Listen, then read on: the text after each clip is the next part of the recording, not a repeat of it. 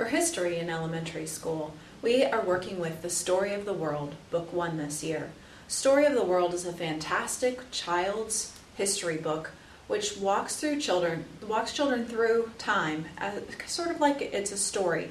It starts from pretty much a Christian perspective, although it is open to other perspectives. And we will be starting from the creation of the world. This book begins with early nomads, and it goes through the fall of Rome by the end of the year. So we will also be using this wonderful activity book, which is full of coloring pages, as well as all sorts of activity sheets, a couple different activity sheets.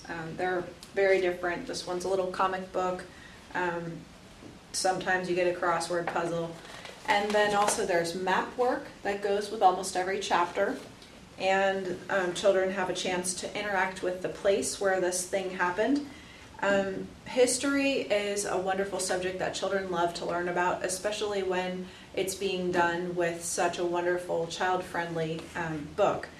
At home, children will be asked to read this with their parents, or else to get a copy of there's a recording done by Jim Weiss of this book, and parents may choose to ask children to listen to the recording if that's what they prefer. And this is an optional resource that parents may choose to use. It has also, in the front of the book, it has a lot of comprehension questions and narration exercises and additional history reading and coordinated corresponding literature suggestions.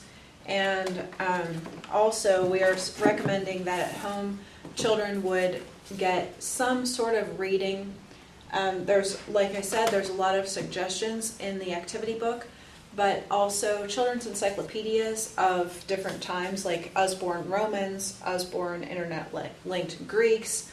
These are fantastic books that will give parents a lot of stuff that they can go through.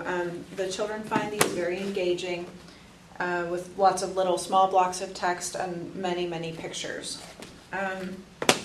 So that's the plan for elementary school history. This would cover from 2nd through 6th grade, and we hope in the future to also allow students to be working on a second time period if they had already covered this one. But for this year, we're sticking with just the ancients.